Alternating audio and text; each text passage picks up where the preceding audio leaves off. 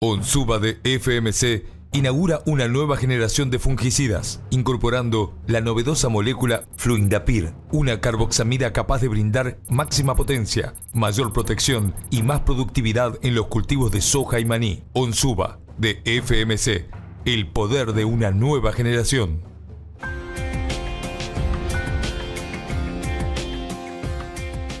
Seguimos en Mercado por Expertos, nos metemos en el bloque de agro, esto que tratamos de acercarles semana a semana, charlas con gente que sabe mucho del sector y que podemos ir abordando distintos temas, desde los negocios hasta lo que tienen que saber también los consumidores. Y hoy nos vamos a meter con el desempeño exportador del sector agropecuario. Vamos a analizar un poquito los números del 2022 y vamos a ver qué es de esto, qué se puede repetir, qué se puede mejorar y qué seguramente producto de la sequía va a retroceder en este 2023. Para eso nos acompaña David Miazo, él es economista de la Fundación FADA, fundación que hace un monitor de exportaciones justamente y que son datos siempre muy interesantes. David, gracias por charlar con nosotros. 2022, una performance de las exportaciones de la agroindustria que me parece que histórica, ¿no? Muy, muy importante. El principal dato que vos rescatarías de eso, de lo que pasó con las exportaciones del agro el año pasado. Bueno, 2022 fue récord, casi 60.000 millones de dólares por exportaciones, que terminaron significando el 67% de las exportaciones totales del país y en realidad gran parte de lo que es la balanza comercial o el saldo neto de exportaciones. Porque ahí hay también una diferencia entre lo que ingresa de dólares y lo que demandan de dólares las distintas actividades, ¿no? A ver, no es por meterse contra ningún sector, pero el sector automotriz, que también genera dólares, también demanda dólares. El agro tiene una demanda menor en relación a lo que genera. Exactamente, el agro exporta mucho e importa muy poco. Hay algunas importaciones que están contadas dentro de las cadenas agroalimentarias, como algunas importaciones de alimentos, fertilizantes, principios activos para fitosanitarios, autopartes para maquinarias, etc. Pero termina teniendo un saldo comercial de unos 49.000 millones de dólares. Mientras que muchos otros sectores, si bien generan exportaciones, también generan importaciones. Vos nombrabas el sector automovilístico, tenés por ejemplo la energía. Si bien se ha exportado petróleo y se ha exportado energía en general, se ha importado mucho gas, energía eléctrica, combustibles ya terminados. Entonces eso por ahora termina generando un saldo negativo. Entonces los dólares que genera el campo terminan sirviendo para pagar el déficit de todos los otros sectores o, dicho en otras palabras, para comprar todos aquellos productos y servicios que no producimos acá. De hecho, hoy estamos en televisión, gran parte de toda la tecnología involucrada, tanto en la filmación como lo que la gente ve en la casa, gran parte de todo eso es importado. Entonces, de ahí vienen los dólares del campo a pagar este tipo de cosas. A pagar esa cuenta de dólares. Hubo sectores que crecieron y muchísimo. Hay un caso muy particular que es el de la cebada, que tiene un crecimiento espectacular, alrededor del 70%, corregime si me equivoco.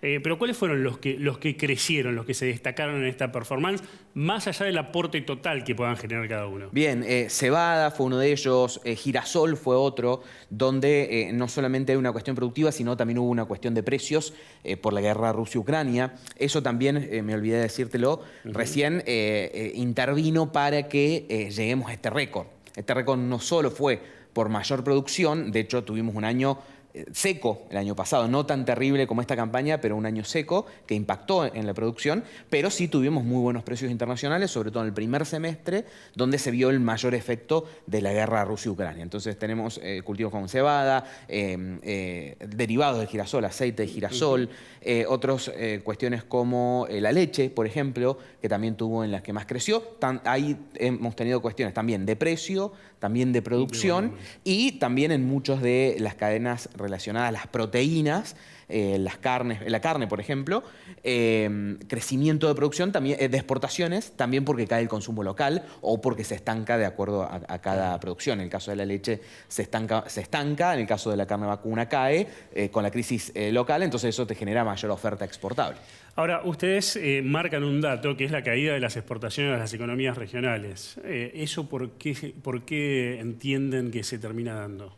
Bueno, ahí en economías regionales tenés, si querés, dos cuestiones, una un poquito más estructural de competitividad general. Son economías que vienen muy golpeadas año tras año entre un atraso cambiario, trabas, debilidad del consumo interno, a veces algún problema de plagas, etc. Entonces vienen estructuralmente complicadas. Entonces muchas de ellas no vienen creciendo en exportaciones, en inversiones, en nuevos varietales, por ejemplo, por dar algunas ideas. De hecho, varias de ellas vienen en contracción, digamos, de que se van eliminando plantaciones para evitar propagación de plagas en algunos casos. Entonces, esa es una cuestión más estructural que hace que estén varias de ellas un poco más aletargadas.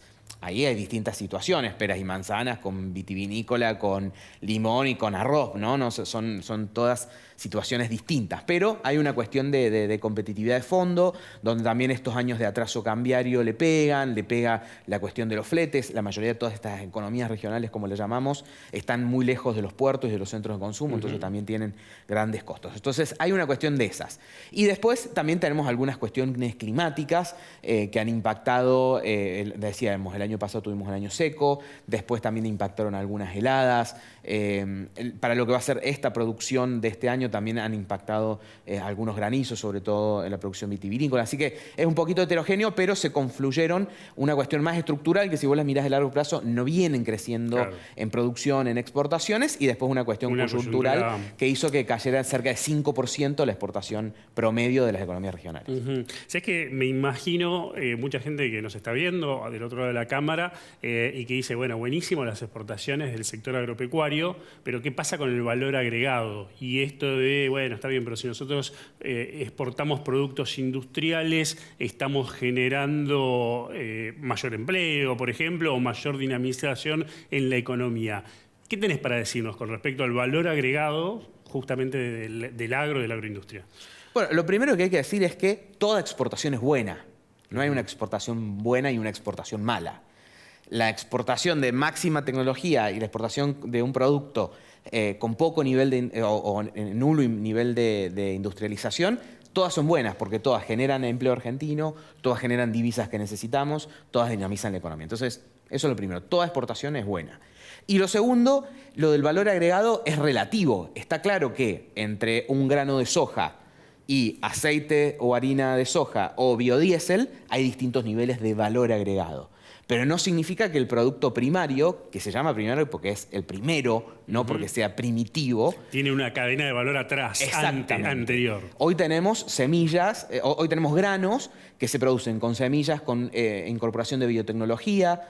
Tenemos, de hecho, empresas argentinas de biotecnología muy reconocidas en el mundo, que se producen con fertilizantes, que tienen toda una cadena industrial atrás, que se producen con fitosanitarios, que tienen toda una cadena industrial atrás, que se producen con maquinaria agrícola, que tienen mucha tecnología y también muchos encadenamientos productivos, cada vez con mayor nivel de tecnología de distinto tipo, de precisión, de mapeo.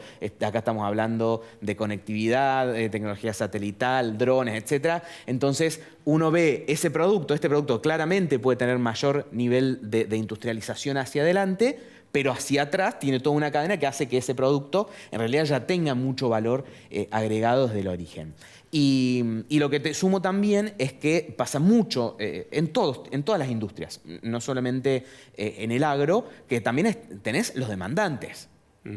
Entonces, hay gente en países que te compran, que sí quieren el producto terminado y otros que quieren la materia prima.